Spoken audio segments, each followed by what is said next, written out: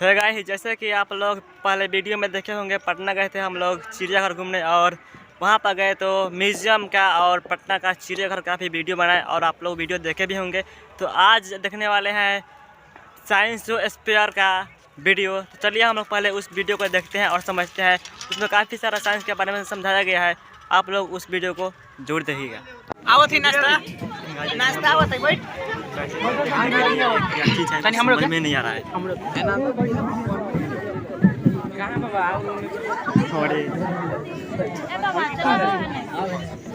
बाबा का एसी बन पहले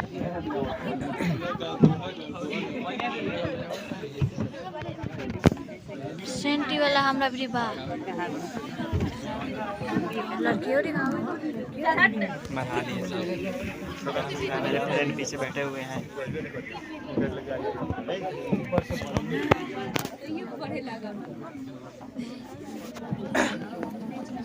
एक्चुअली हम लोग यहाँ पर अपने ब्रह्मांड का सैर करेंगे एज एस्ट्रोनॉट स्पेसमैन। जैसा हम लोग यहाँ पर इस सभी चीजों को इस ग्लोब पर इस स्फीयर पर देखेंगे, इसलिए इस शो का नाम है साइंस ऑन स्फीयर। यानी जितने भी चीज आप पढ़े होंगे, सन, मून, अर्थ, ये सब बुक में पढ़े होंगे, है ना, वो फ्लैग। लेकिन आज हम लोग उसी चीज को जानेंगे और एक्सप्लोर करेंगे इस स्फीयर पर देखकर। ठीक है, तो स्टार्ट है तो प्लीज आपस में बातें नहीं करेंगे। पहला आप लोग से बात है, और जो फोन का आप लोग इस्तेमाल कर रहे हैं प्लीज इस्तेमाल कीजिए, फ्लैश लाइट बंद कर लीजिए और मोबाइल को साइलेंट, और मैं भी साइलेंट कर लेता हूँ। ठीक है, मेरा फोन साइलेंट है।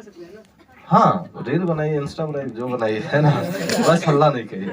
ये सबसे पहले जो चीज को देखें, आप बहुत अच्छे से जानते हैं उस चीज पे हम लोग सर्वाइव करते हैं, वहाँ रहते हैं। इसी को ब्लू मार्वा, ब्लू प्लेनेट के नाम से जानते हैं। और यही है जो हम लोग का यूनिक प्लेनेट है जहाँ पर लाइफ पॉसिबल है। और यही है जो हम लोग का सभी रिसोर्सेज, जितना भी रहने युक्त, स्टेबल और फेवरेबल कंडीशन है, सभी यही मिलते हैं, है ना। इसलिए इस प्लेनेट को कहते हैं यूनिक प्लेनेट, यानी एक ऐसा प्लेनेट जहाँ पर लाइफ पॉसिबल है। इसको ब्लू प्लैनेट, ब्लू मार्बल इसलिए कहते हैं क्योंकि आप सभी जगह देख रहे होंगे 3/4 of the earth cover with water, और देख रहे सभी जगह वाटर ही वाटर, है ना, बिल्कुल।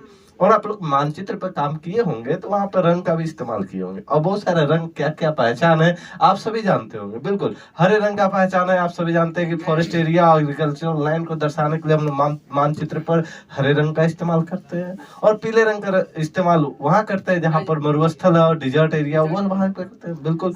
और हम लोग भूरे रंग का इस्तेमाल वहां करते हैं जहाँ पर प्लेट्यू, पठार और प्लेन एरिया हो, वहां पर हम लोग भूरे रंग का इस्तेमाल करते हैं। बात सुनिए। अब ब्लू रंग का इस्तेमाल यानी पानी, यानी वाटर बॉडीज को दिखाने के लिए ब्लू रंग का, और व्हाइट रंग का बादल और आइसबर्ग यानी ग्लेशियर्स को दिखाने के लिए व्हाइट का। ये तो बात रहा छोटा मोटा पहचान रंग का, कहाँ का इस्तेमाल कैसे कैसे करते हैं। और आप सभी देख पा रहे होंगे कहाँ पर जमीन है, कहाँ पर पानी और कहाँ पर बर्फीला जगह है।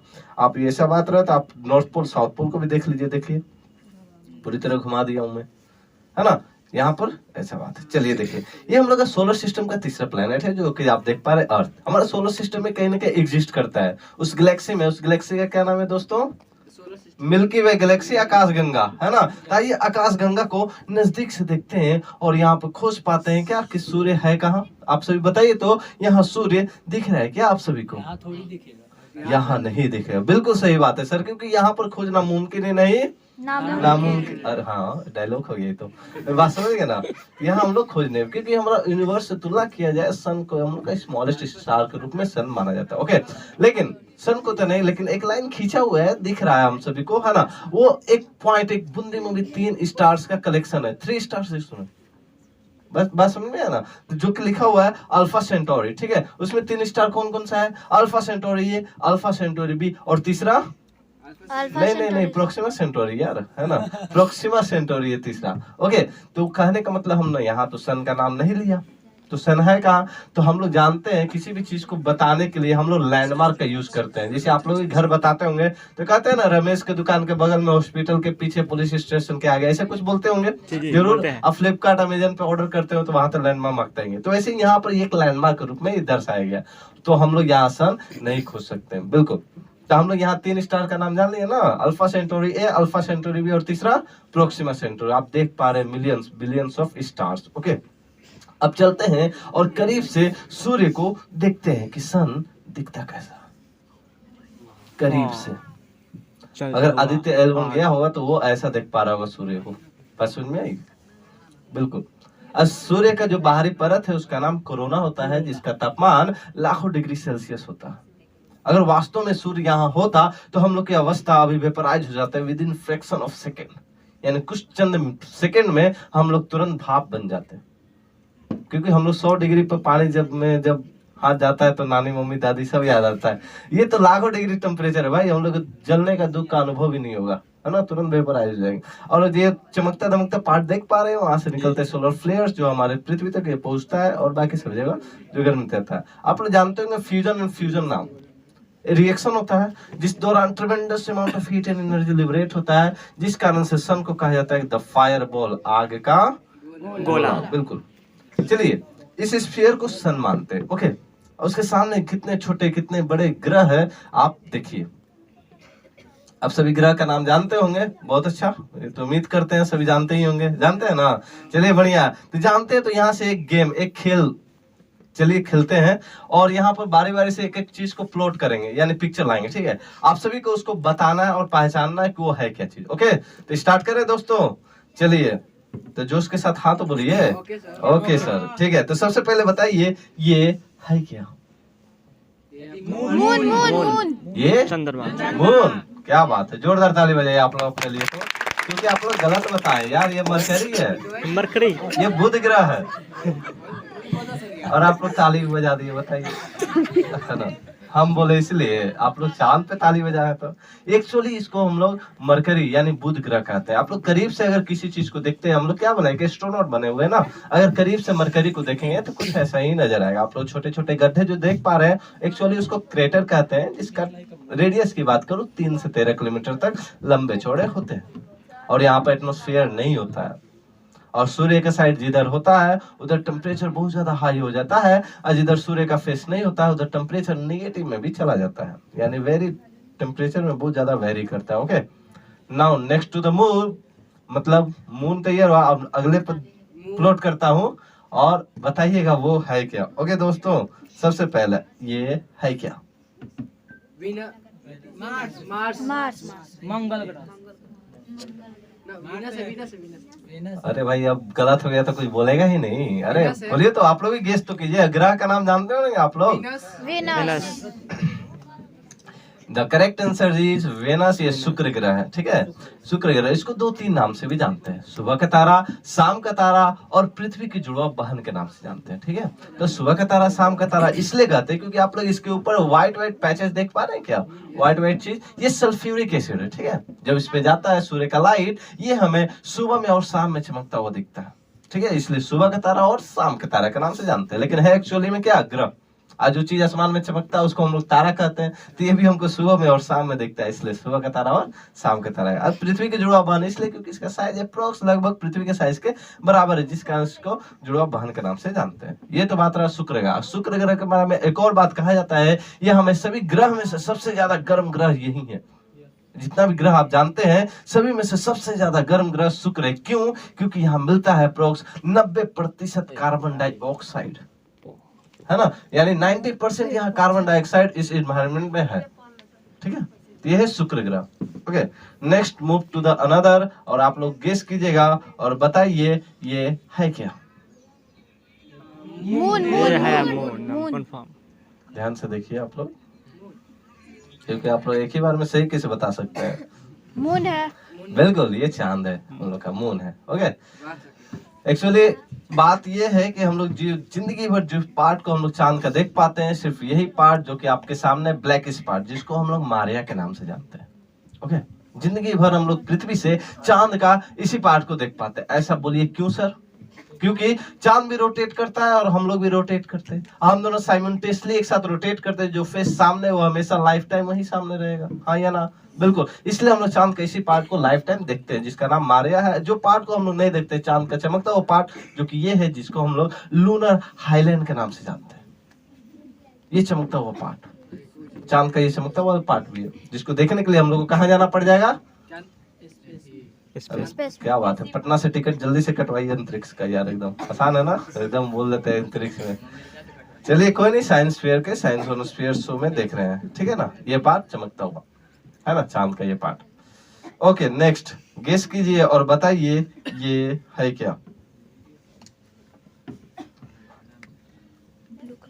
मार्स, मंगल, बहुत अच्छा, सही जवाब। तो ये मंगल ग्रह है हम लोग का, जिसको लाल ग्रह के नाम से भी जानते हैं, ठीक है।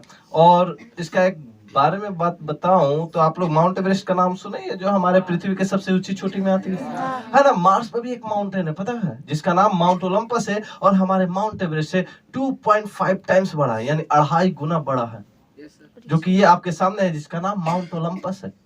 जो उभरा हुआ पार्ट देख पा रहे हैं ना आप लोग, ये हमारे माउंट एवरेस्ट से भी 2.5 टाइम्स बड़ा है, जिसका नाम माउंट ओलंपस है। ओके, और ये आप लोग स्क्रैचेस देख पा रहे हैं, ये बताता है कभी न कभी हमारे मंगल ग्रह पर भी पानी का अस्तित्व था, जो अब ग्लेशियर में कन्वर्ट हो चुका है ना। ये था हम लोग का लाल ग्रह। लाल ग्रह इसलिए कहते हैं क्योंकि यहाँ पर फेरस ऑक्साइड का मात्रा बहुत ज्यादा मिलता है, इसलिए चाहे आप पृथ्वी से टेलीस्कोप से देखिए, या फिर हम लोग तभी एस्ट्रोनॉट बने हुए हैं, हम लोग करीब से देख ही रहे हैं, करीब से देखिए लाल ग्रह ही में है। और इसको पहचानने की गलती ना करें, ये क्या है? अब इसको भी कोई और नाम है क्या?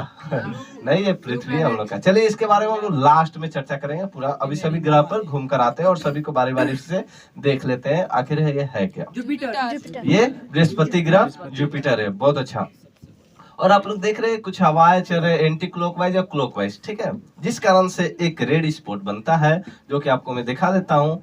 ये रेड स्पॉट है ना, ये जो हजारों सालों से चलता आ रहा है, चक्रवात टाइप का है ना, धूल कण, बादल, चट्टान, बहुत सारा इसमें समाया हुआ है। लो प्रेशर के कारण ये कंटिन्यूस मूव करते रहता है ना। और आप लोग कुछ और ज्यादा एक्सप्लोर करना चाहते हैं तो मेरे पास क्लिप है जुपिटर के बारे में, वो दिखाना चाहूंगा, ठीक है। प्लीज शांति बनाए रखिएगा और समझने की कोशिश करिएगा, ठीक है।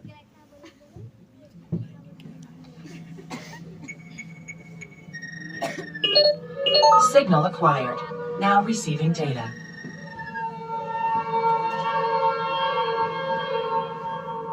Subject, fifth planet, Cassius.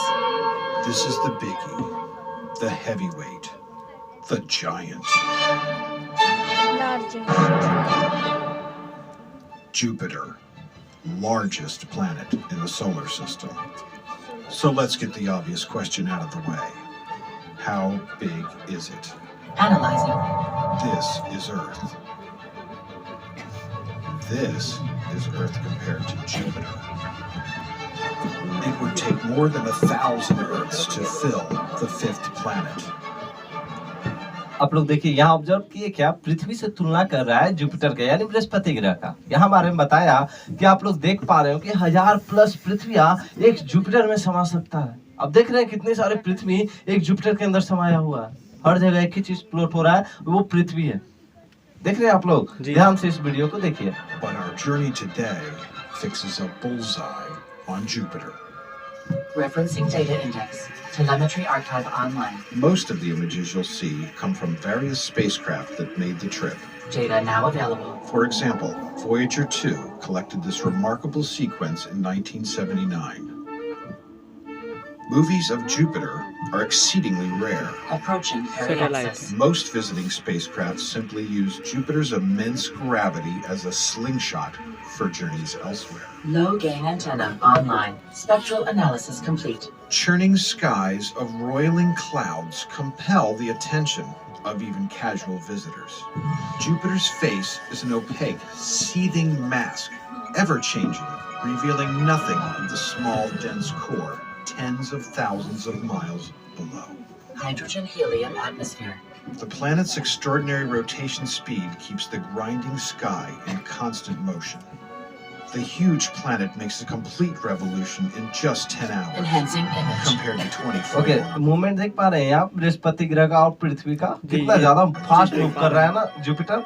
तो इसलिए यहाँ पे एक बात बताया है कि जो जुपिटर होता है ना, जैसे हम लोग का पृथ्वी है 24 घंटा में दिन होता है, एक कंप्लीट रोटेशन कर लेता है, लेकिन हमारा जो जुपिटर है सिर्फ और सिर्फ 10 घंटे में ये कंप्लीट रोटेशन कर लेता है अपने एक्सिस पे। बात समझ में? एक complete rotation only in 10 hour, ठीक है। ये तो बात रहा जुपिटर का, आप लोगों ने देख लिया। नेक्स्ट मूव करते हैं सैटर्न के ऊपर, और सैटर्न को देखते हैं करीब से। ये सैटर्न है, जिसको हम लोग शनि ग्रह के नाम से जानते हैं। इसके बारे में कहा जाता है ये हमारा सबसे लाइटेस्ट प्लैनेट, यानी सबसे हल्का ग्रह के रूप में इसको माना जाता है। एक्चुअली में अगर ऐसा जानते हैं संभव बात है, लेकिन ऐसा कभी संभव हुआ कि सभी ग्रह को पानी के ऊपर रखा जाए तो सबसे पहले जो तैरना चालू करेगा जो यही ग्रह है, जो जिसका नाम है सैटर्न, यानी शनि ग्रह। ओके, बात ये सैटर्न का। नेक्स्ट बढ़ते हैं आगे, और ये है रिंग। सर रिंग एक्चुअली इसका हमारा जो प्रोजेक्शन सिस्टम है ना 2D प्रोजेक्शन सिस्टम है, जो कि रिंग इसी के ऊपर प्लॉटेड है। 3D यहाँ पर हम नहीं दिखा सकते हैं। ओके, नेक्स्ट यूरेनस यानी अरुण ग्रह को देखिए आप लोग करीब से। देखिए यहाँ तक सूर्य का लाइट बहुत कम पहुंचता है ना, जितना पहुंचता है उतना में ये चमकता हुआ दिखता है, फैंट ब्लू कलर का, ठीक है ना। ऐसा इसलिए क्योंकि यहाँ पे हीलियम का एटमॉस्फेयर होता है, ठीक है। देखिए यहाँ पर next move to the Neptune, और नेपच्यून को जनरली हम लोग आइसिस जैंट के रूप में जानते हैं, यानी बर्फ का दानव के रूप में जानते हैं। देख रहे हैं यहाँ पर आप लोग ब्लू सिर्फ पानी पानी, बाहर ही नहीं भाई, यहाँ पर सिर्फ बर्फ ही बर्फ है ना। यह है नेपच्यून, जिसको हम लोग वरुण के नाम से जानते हैं। एक और ग्रह हुआ करता था जो अब ड्वार्फ ग्रह मतलब बौना ग्रह के रूप में जानते हैं, जो कि ये है, जो कि प्लूटो। भाई प्लूटो को भुला गए क्या? पढ़ नहीं रहे तो इसका मतलब भुला थोड़ी जाएंगे, है ना। ये हम लोग का प्लूटो है, चॉकलेटी कलर का, है ना, चॉकलेट फ्लेवर, है ना।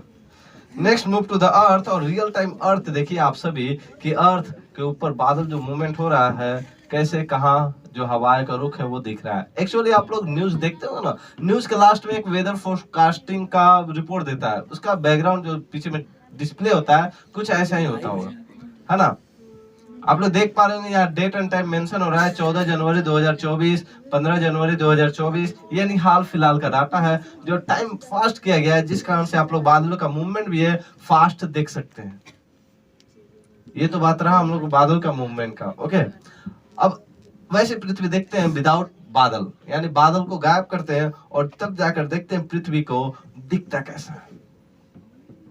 आप हर एक जगह आइडेंटिकली देख सकते हैं कहाँ लैंड है, कहाँ वाटर है, और कहाँ पर कौन कौन सा कंटिनेंट है, कौन कौन कंट्री है, आप देख सकते हैं ध्यान से, है ना। अच्छा, आप सभी से एक बात पूछना है, क्या अभी आप लोग कल्पना किए हैं कि आप पृथ्वी पर से अगर पूरी तरह पानी गायब हो जाए तो वो पृथ्वी दिखेगी कैसे? हम भी कल्पना नहीं किए थे, लेकिन अब कल्पना करना जरूरी है, क्योंकि दिन प्रतिदिन हम लोग इतने वाटर पोल्यूशन किए जा रहे हैं। आप कहें सर जो पीने लायक पानी वो ना समुद्र का पानी तो है, तो कहा जाएगा समुद्र के बीच में भी रह के आप प्यासे मर सकते हैं, हाँ या ना? मर सकते हैं। हाँ ना, बिल्कुल। देखिए वो बात छोड़िए, और मैं आपको वो चीज दिखाने जा रहा हूँ। अगर सच में पृथ्वी पर से पानी गायब हो जाए, एक यहाँ पर हंसने वाली बात मैं बता दो, अगर हनुमान जी सूर्य को देख के आम समझ गए थे ना, उसको खाने दौड़ गए थे, शायद खाए भी थे, अगर वो पानी को देख के कुछ और समझते हैं, पूरा पानी पी जाते, तो पृथ्वी कैसे दिखती? जनरली बच्चों लोग को यही बात बताकर और मैं दिखाता हूँ। आप लोग तो बड़े बड़े हैं ना, कोई बात नहीं, आप लोग बहलने वाले नहीं है बातों में, है ना। अगर सच्चे पानी गायब होने लगे तो कैसी पृथ्वी दिखेगी हम लोग की? ये कभी हम लोग का ब्लू प्लैनेट, ब्लू मार्बल कहलाता था, अब इसे देख के ग्रे प्लैनेट और ग्रे मार्बल, है ना, कुछ ऐसा दिख रहा है, डेड प्लैनेट के रूप में। ये ऐसा हो गया कभी तो समझिए पृथ्वी पर से लाइफ खत्म। जब पानी खत्म बादल खत्म भाई, जब बादल खत्म पेड़ पौधे खत्म, और जब पेड़ पौधे खत्म तो ऑक्सीजन खत्म, जब ऑक्सीजन ही खत्म हम लोग खत्म, तो इंसान खत्म, है ना, हर एक चीज खत्म। यहाँ टेम्परेचर बहुत ज्यादा रेज हो जाएगा भाई, जिस कारण से हर एक टाइम पर यहाँ वोल्केनो इरप्शन होना चालू हो जाएगा। जैसे पृथ्वी का स्टार्ट हुआ था वैसे ही एंडिंग भी हो जाएगा। ऐसा पृथ्वी की कल्पना करना हम लोग की बस की बात नहीं है भाई, हम लोग को भी रहना है। नेक्स्ट, अब हम लोग दिन और रात देखते हैं, है ना, या तो एक टाइम पे या तो दिन देख पाते हैं, नहीं तो रात देख पाते हैं। लेकिन आज यहाँ कुछ ऐसा पॉसिबल करते हैं, डे एंड नाइट एक्सेट, यानी डे व्यू देख रहे हैं आप लोग अर्थ का, और आप लोग नाइट व्यू देख रहे हैं। जो जोन जो मेरिडियन इसको डिवाइड करता है डे एंड नाइट में, उसको टर्मिनेटर के नाम से जानते हैं, है ना। इधर की तरफ रात हो गया, और आप लोग डे व्यू देख रहे हैं और आप लोग नाइट व्यू देख रहे हैं अर्थ का, क्योंकि उधर की तरफ सूरज चमक रहा है इधर। ये बात रहा। अब चलिए पूरी तरह नाइट व्यू करते हैं और सभी जगह देखते हैं नाइट व्यू में सभी जगह कैसे दिखते हैं। आइए, सब कोई खोज रहा होगा भाई अपना इंडिया किधर है, आइए इंडिया को दिखाते हैं, है ना, सबको इंडिया को सामने है, सामने की ओर, है ना। नाइट व्यू में इंडिया कुछ ऐसा दिखता है। ओके, राकेश शर्मा का नाम सुने आप सभी, हमारे पहले भारतीय अंतरिक्ष यात्री, है ना। जब वो चांद पे जा रहे थे उससे पहले इंदिरा गांधी ने क्वेश्चन पूछा था, आप बताइए कि हम लोग रात में पृथ्वी दिखता कैसा? पृथ्वी तो छोड़िए, हम लोग को भारत कैसा दिखता है? तो वो एक लाइन बोले थे, सारे जहां से, यानी सभी जगह से हम लोग का जो भारत है बहुत अच्छा दिखता है रात में। तो कुछ ऐसा नाइट व्यू होता है इंडिया का, आप सभी देख पा रहे हैं ना, बिल्कुल। आइए अब देखते हैं यूरोप को, यूरोप कैसे दिखता है। ये छिपकली टाइप का स्ट्रक्चर देख रहे हैं ना आप लोग, ये यूरोप है। यूरोप आप क्या बोले, आप कैसे रिप्रेजेंट करें इसको, है ना, तो वैसे ही समझ जाइए। ये तो बात रहा यूरोप का, यूरोप में नाइट व्यू कुछ ऐसा होता है। अब चलिए अमेरिका को देखते हैं, और अमेरिका को देखते हैं तो दिखता कैसे नाइट में, ये अमेरिका है, ठीक है ना।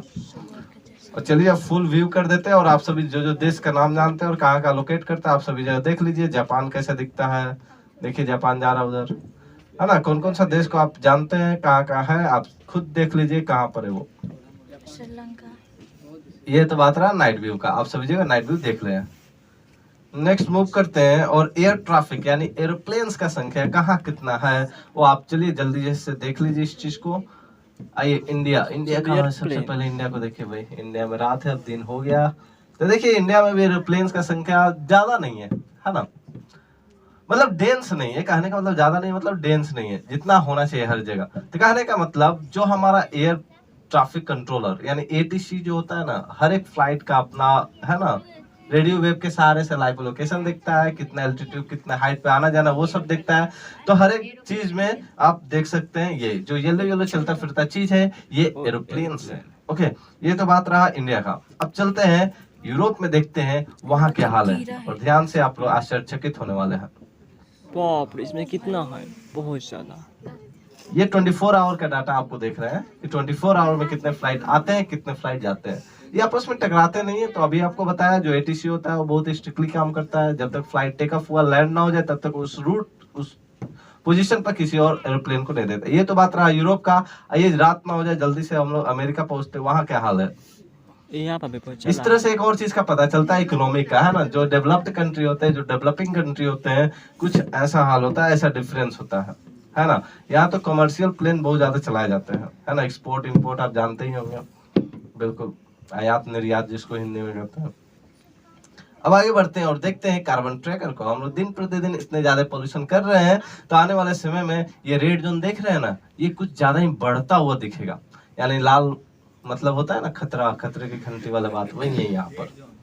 Red spot, red zone. तो हम लोग कार्बन डाइऑक्साइड दिन प्रतिदिन बहुत ज्यादा मात्रा में बढ़ाए जा रहे हैं। क्यों? क्योंकि पोल्यूशन भी बढ़ रहा है, साथ साथ पॉपुलेशन भी बढ़ रहा है ना। जिस कारण से सभी लोग सो का इंतजार करते कब आएगा गाड़ी वाला या कचरा निकाल वाला, ऐसा कुछ है ना। जब जाके सब वहाँ पर दे देता है और वहाँ जाके कहीं ना कहीं तो रखता ही होगा, डंपी जाना कहीं तो होता होगा ना। वहाँ उस बाईपास एरिया से गुजरते तो देखते होंगे आप लोग भी कहीं ना कहीं से आ रहे होंगे तो कोई वैसा लोकेशन मिला होगा, बहुत गंदा स्मेल आया होगा, है ना। तो वो सब जगह वो क्या कर देता है, डंपिंग कर देता है। वहां से क्या बहुत ज्यादा मात्रा में कार्बन डाइऑक्साइड, कार्बन मोनोऑक्साइड, है ना, ये सब गैस निकलते हैं जो कि हमारे एटमॉस्फेयर को बहुत ही नुकसान पहुंचाते हैं। आप लोग ओजोन परत का भी नाम सुनेंगे, वो हमारे यूवी रेज को आते हैं उसको फिल्टर करके हमारे तक पहुंचाता है ना। अब दिन प्रतिदिन हम लोग ओजोन लेयर को भी क्षतिग्रस्त किए जा रहे हैं, जिस कारण से जो फिल्टर होकर हमारे पास सूर्य का लाइट आता था अब वो डायरेक्टली हमारे पे पड़ेगा तो हमारे बहुत सारे वेजिटेशन को असर करेगा और हमारे शरीर को भी। ऐसा इसलिए क्योंकि जब डायरेक्ट पड़ेगा बिना फिल्टर के तो हमारे हार्मफुल रेज भी आएंगे, हमारे स्किन पे पड़ेगा तो स्किन डिजीज और स्किन कैंसर भी होने का डर रहेगा। ठीक है, अभी इंडिया आने वाले समय तक होगा, अभी हाल नहीं है। देख रहे हैं इंडिया में रेड जोन नहीं आ रहा है उतना, लेकिन आने वाले समय में अगर हम लोग अपने आप को काबू नहीं किए, पोल्यूशन फैलाना रोके ना, तो आने वाले समय में इंडिया भी एक रेड जोन के रूप में माना जाएगा, है ना। नेक्स्ट, अब हम लोग पेड़ पौधे के रूप में देख लेते हैं इस चीज को, यानी क्लोरोफिल कंसंट्रेशन हम लोग देख रहे हैं अभी। आइए इंडिया को देखते हैं, रंग रूप बदलता हुआ इंडिया को अभी देख लीजिए।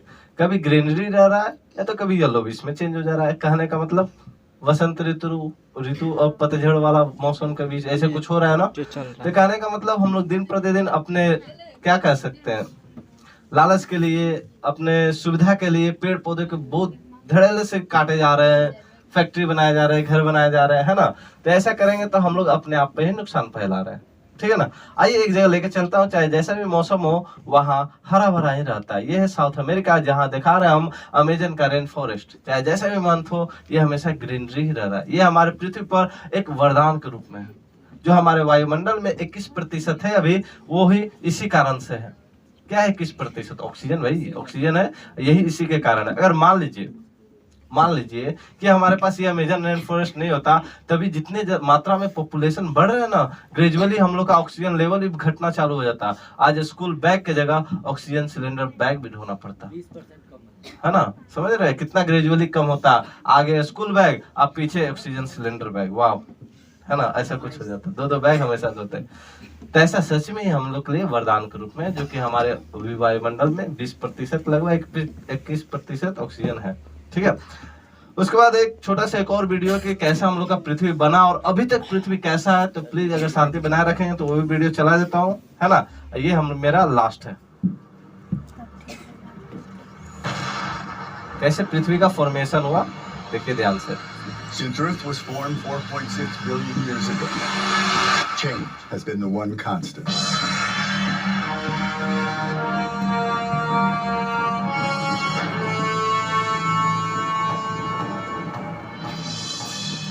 Continents were formed and continuously rearranged, sometimes colliding, creating mountains, sometimes separating, creating new ocean basins.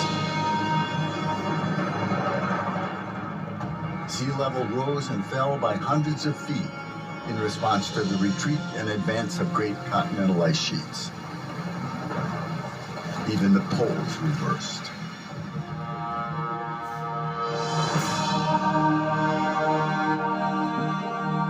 Coping with change has always been a key to survival.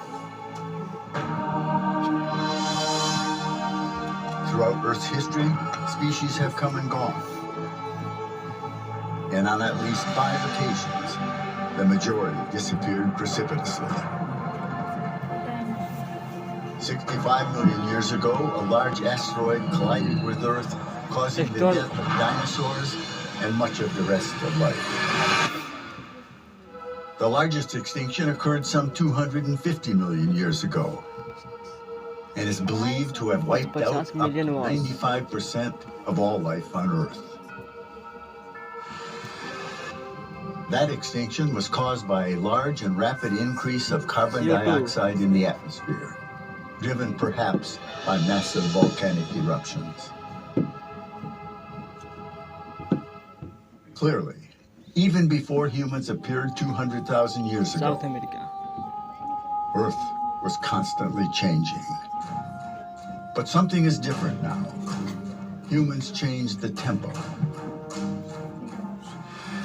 Particularly when we began to practice agriculture 12,000 years ago, and with the Industrial Revolution that started about 250 years ago. Since then, there has been no letting up, and many plants and animals can neither evolve nor adapt fast enough to keep up.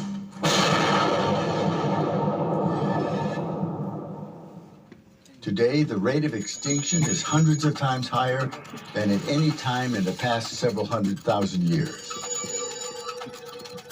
Many scientists believe we are on the threshold of the 6th mass extinction, this one driven by humans. Extinction means more than the loss of species. We also lose the important functions these species play in maintaining healthy ecosystems.